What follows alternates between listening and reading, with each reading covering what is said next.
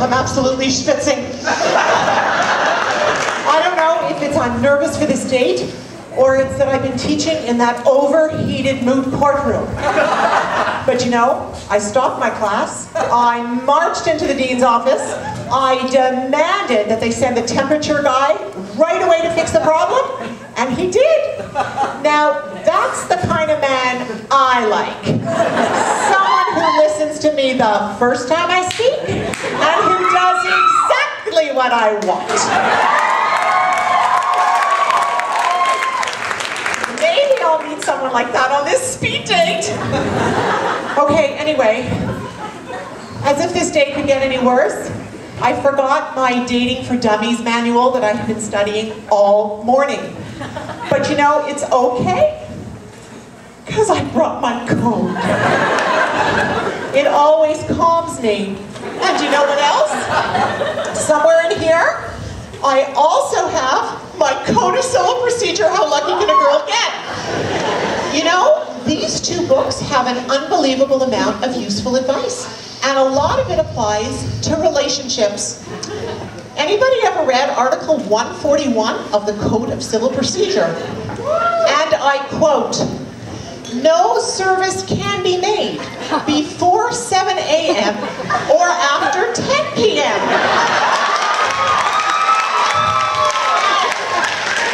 You see, I kept telling my last boyfriend this. But he didn't listen. I said, you know, I need my sleep or I'm even more confusing in class the next morning. Now ladies, remember Article 141. It's a much better juridical excuse than a headache. Okay, but my really favorite one is the tried and true Article 1457 of the Civil Code of Quebec. Have you ever read the second paragraph? It says, where he is endowed with reason and fails in this duty, he is responsible. I don't know. Are they?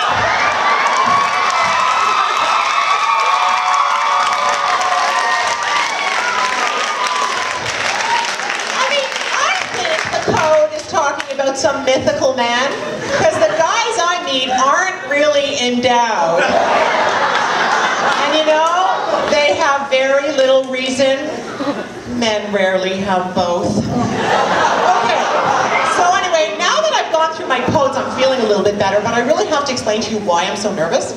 So I'm just coming off this very long-term relationship with a guy named Paul. Well, actually, Paul was his first name. His middle name was Ian, and I kind of liked using both names, so like, Paul Ian, come help me in the kitchen. Paul Ian, come see what this idiot in my class wrote on the exam. But I guess good things weren't meant to last, or maybe I made too many references to Article 1631 of the Civil Code of Quebec. You know, the Paulian action. I just cracked myself up. Okay, so not everybody appreciates my comedic talents, but I know I'm funny. I also know that everyone here appreciates my singing talents. And if only I had my partner, Shauna Van Prague, with me, we could do some other Mamma Mia numbers and sing our way into men's hearts. You know, it would be perfect for speed dating. I could sing Take a Chance. Look what I have here. If you change your mind, I'm the first in line. Honey, I'm still free. Take a chance on me. Woo! Should have tried out for American Idol. All right. Okay, so what's the procedure for this speed dating anyway? Do we have a discovery plan? Is there a timetable? Do I have to make full disclosure? God, I hope not. And for this matter, have the dating rules changed since the last time I was on the market? Like the Ontario rules keep changing? Okay, you know, I'm starting to think like Article 4.2, the proportionality rule, that this is a little bit one-sided here, like I've been doing all the talking. Oh my God, my time's almost up. Now I know I have been doing too much of the talking. Okay, so enough about me. What about you? What do you think of me? Wait, nobody's here? I sat at a table with nobody? You mean I've been talking to myself? Pouring out my heart, my soul, and my best jokes, and nobody's listening? Oh, this is just like JICP.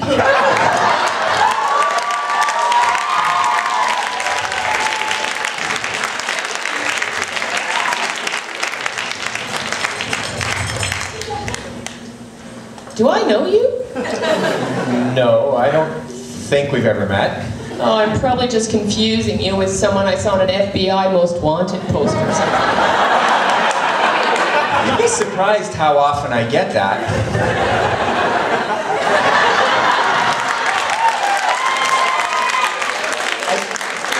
I think it's a beard. Actually, I'm a law professor. And I don't get that thing about stroking your beard. Is that supposed to be attractive? I find it kind of creepy. Well, this date is off to a great start. Okay, let's start over. Maybe you can say something funny or intriguing to set the mood? Actually, I wrote something just for the occasion. Oh, great. I planned this just in case I met someone who rendered me speechless. So, I figured I'd better have a speech prepared just in case. I've always believed the fructus of love is immovable.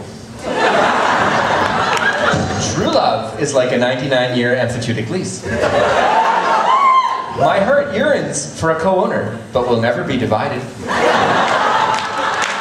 And although I don't like to bring the common law concepts into the civil law, I know for sure that the foundation of any good relationship is indeed the trust. So may I be the beneficiary of your love?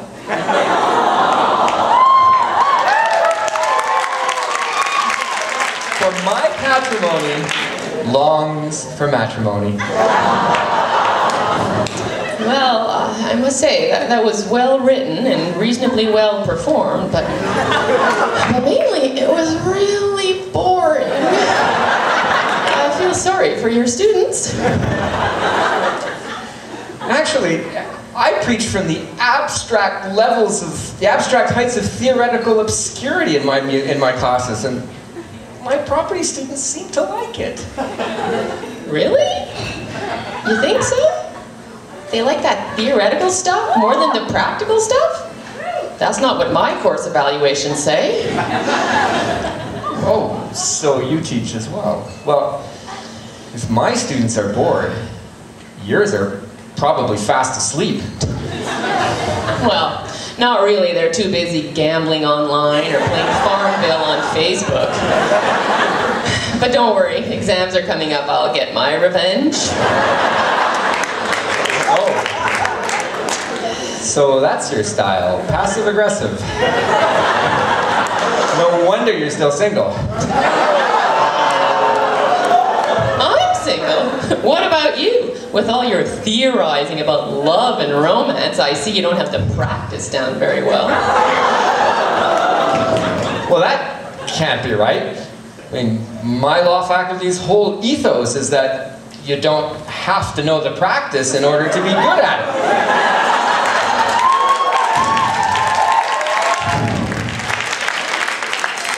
Finalement, ce cauchemar est presque fini.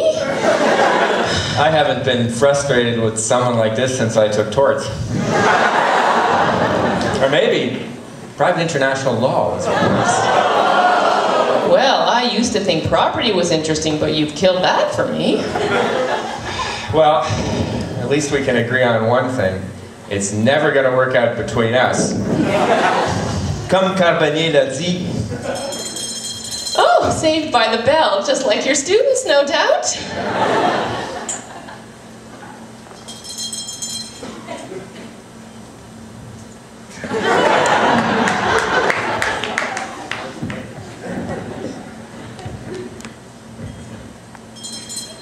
Hi. Hi. Are you at the right table? That's what it says on my card. Oh, because I'm Not, Did they run out of available men again? This is just like law school all over again. Oh, did you go to McGill too? I mean, I'm sure it's similar everywhere. All the good ones are taken. But aren't you single? Isn't that why you're here? Well, I've come to realize that faculty council is not my own personal J-date. Tell me about it. I just cannot date another prof. I just don't want to hear about their decadal aspirations. To be honest, I swore off dating the very first day of law school when somebody in my contracts class looked at me and said, "Hey, are you the mirror image rule? Because I can see myself in you." Ew. Like the guy next to me in common law property who said I had a nice speed tail. Not nearly as bad as Mr. Bar Association event who said, "Baby, this is a forum non-convenient. Let's continue this event at my place." And they wonder why they're still single. We should really wear signs to these things. No, you can't ask for discovery. No, you can't ask whether I'm going to find that something is admissible. And please, no comments that are specific about your performance. And I hear firm prospects are no better. Now, Bay Street partners are the worst. It's one night of usus, fructus, and then it's abusus because they're on to the next one.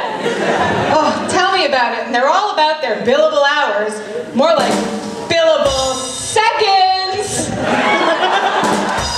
Thank you. Followed up by the inevitable spontaneous utterance. And then the, "No, I'm sorry, it's not you. This happens with everyone." Yeah, I hate it when they can't get standing. And you know they're not getting you to Paramount, see? Yeah, and even if it is justiciable, they're just poking around that penumbra and they just can't find the core. And sometimes I feel so bad for them I compensate by perjuring myself loudly. It just stinks in the end when you're forced to self-incriminate. Without any probative value. Yep. Some of these men are all pith and no substance.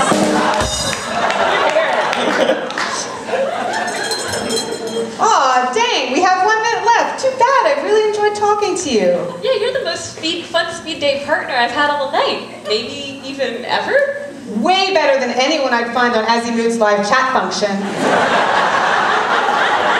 Well, I know we both came here looking for men, but maybe it's time to follow the McGill motto. Audi, alterum, partum.